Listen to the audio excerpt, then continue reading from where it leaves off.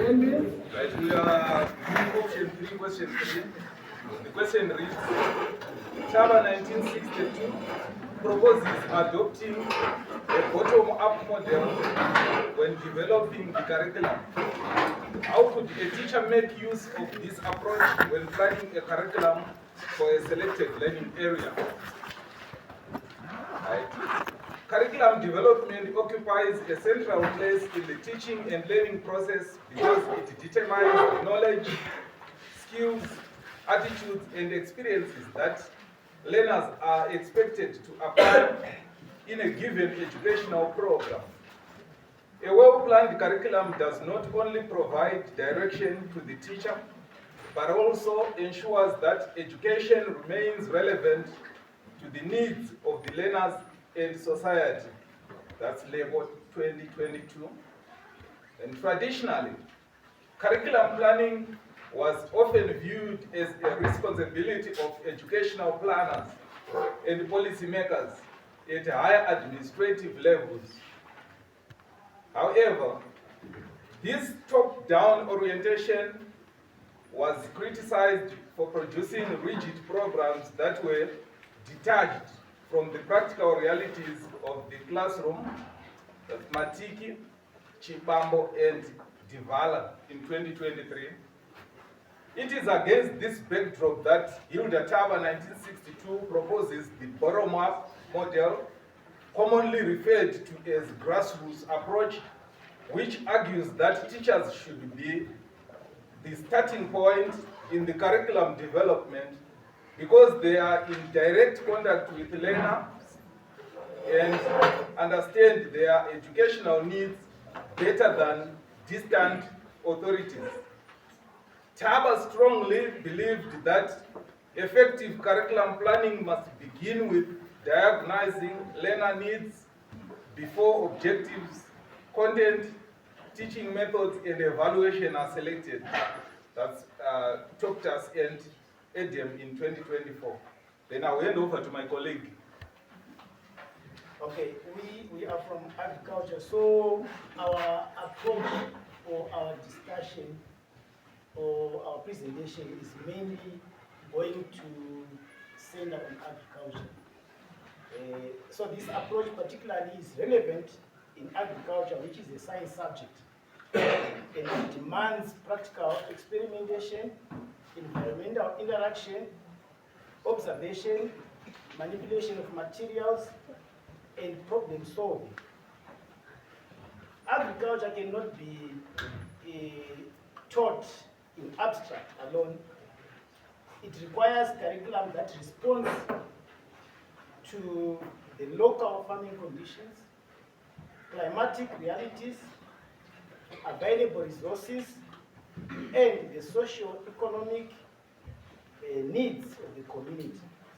That is according to COA in 2023. We discovered that. Therefore, Taba's bottom-up model offers a highly suitable framework for an agriculture teacher to design a learner-centered, practical, and scientifically responsive curriculum. This presentation explores how a teacher can make use of this approach when planning for the agriculture lessons.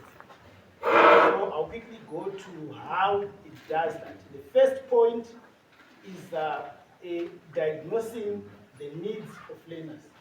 It is well known that before you teach John, you have to know John. The first and the most critical step is for the teacher to identify the actual needs of learners in the surrounding community. Since agriculture is linked to daily life, many learners come with some indigenous farming exposure, but they lack scientific understanding of agricultural principles. The teacher should therefore investigate what the learner already knows about farming, what the farming activities are common in their homes, what agricultural challenges exist in the local community, what scientific agricultural skills are lacking. For example, learners in rural Zimbabwe may know traditional maize planting, but may not understand the scientific soil fertility management, pest identification, controlled irrigation, disease prevention, and agribusiness concepts. By diagnosing these gaps, the teacher ensures that the curriculum addresses real deficiencies rather than merely covering textbook information. This makes the agricultural curriculum problem-solving in nature. Then the second part, how the teacher can utilize this bottom-up model is by formulating clear learning objectives. After identifying learners' needs, the teacher then develops specific objectives that describe what learners should know and be able to do after instruction. These objectives must combine scientific knowledge, psychomotor practical skills, positive attitudes towards farming. Examples of objectives include learners should be able to classify different soil types. Learners should demonstrate proper seedbed preparation. Learners should identify common crop pests and diseases. Learners should conduct basic livestock management practices. Learners should keep simple farm records. These objectives become the compass that directs all future curriculum decisions. They ensure that agriculture learning remains purposeful and measurable. And these were the words that were proposed by Toptas and Eden in 2024. The other aspect is in selection of the scientific content, selecting relevant and scientific content. Once objectives are in place, the teacher chooses content that directly helps achieving those objectives. Taba insists that content should not be selected randomly, but should arise from identified learner needs. The teacher may choose content such as soil science and conservation, crop production methods, irrigation systems, fertilizer application, pest and disease management, animal husbandry, farm machinery, agricultural economics. The selected content should have two major characteristics. The first characteristic is local relevance. It must speak to the farming realities learners see around them. That is why we talk about objective-based curriculum or local-based curriculum, where we use what we have. B is scientific validity. It must expose learners to tested agricultural principles and innovation. So, Legboard 2022 posits that this stance makes agriculture both meaningful and modern. The other point, it also helps teachers in organizing the content logically. After selecting the content, the teacher arranges it from simple concepts to more advanced scientific applications. That is simple to complex, low order to high order. This sequencing is very important in science subjects because scientific understanding develops progressively, step by step, in linear direction. The teacher may organize the curriculum in this order. That's when you see all those books. They start with Introduction to Agriculture.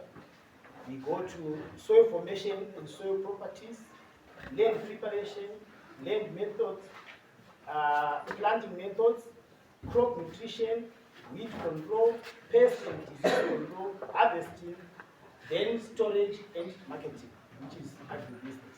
Such organization ensures continuity and smooth intellectual growth. Learners first understand the foundation before dealing with complex agricultural processes. And these words were derived from Toptas and Eden in 2024.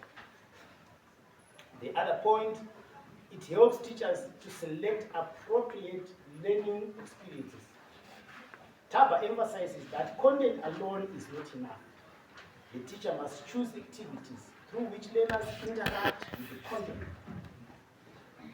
Since agriculture is a practical science, the teacher should deliberately select hands-on experiences such as establishing a school garden, conducting soil texture experiments, compost making, measuring germination rates, observing livestock breeds, preparing pesticides mixtures, visiting commercial farms.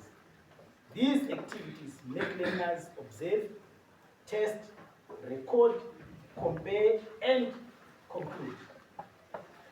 This transforms agriculture from a memory subject into an inquiry-based science subject.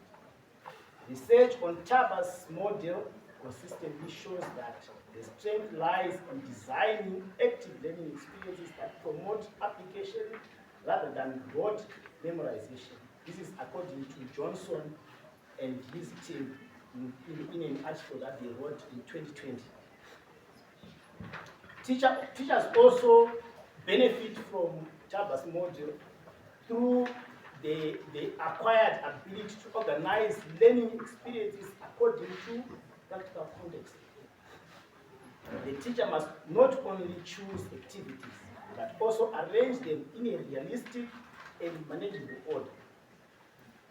This can be done by designing lessons with seasons, especially in agriculture. You can't teach about farming when you are off the summer season. So it has to go with seasons, availability of school land, rainfall patterns, crop cycles, availability of tools.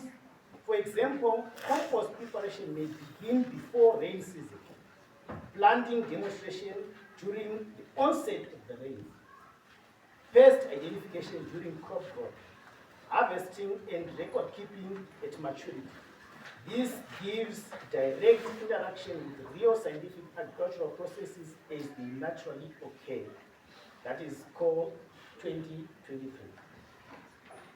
Determining evaluation procedures is one of the takeaways that the teacher gets from Taba's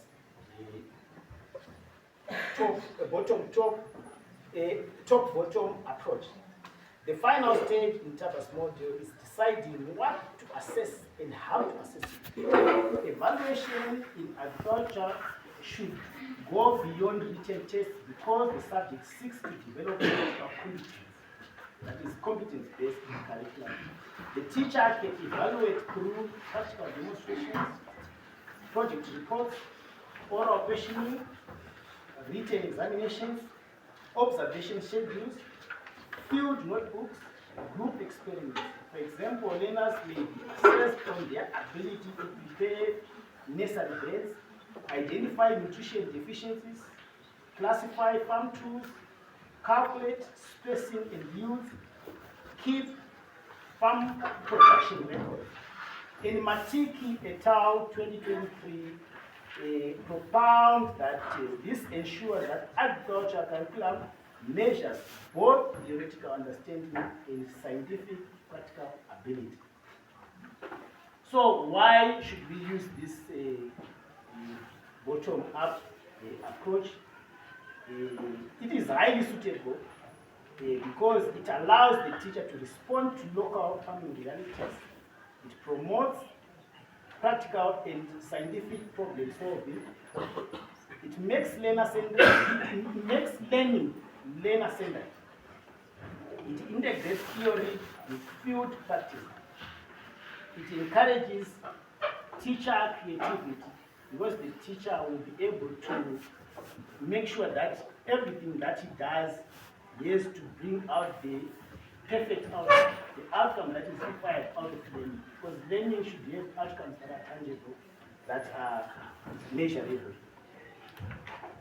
In conclusion, Taba 1962 bottom-up model provides a systematic, democratic, and learner-responsive approach to curriculum development in which the teacher begins by identifying learners' needs and then moves through objectives, content, learning experiences, and evaluation. When applied in agriculture or any other subject, agriculture is a science subject, this module becomes highly effective because it allows the teacher to create curriculum that is practical, experimental, locally relevant, scientifically grounded, and effective. By using this approach, the agriculture teacher sees this to be a mere implementer of a prescribed syllabi and becomes an active curriculum designer capable of producing meaningful agricultural education that equips learners with both knowledge and productive life skills. That marks the end of our presentation. Thank you for that presentation.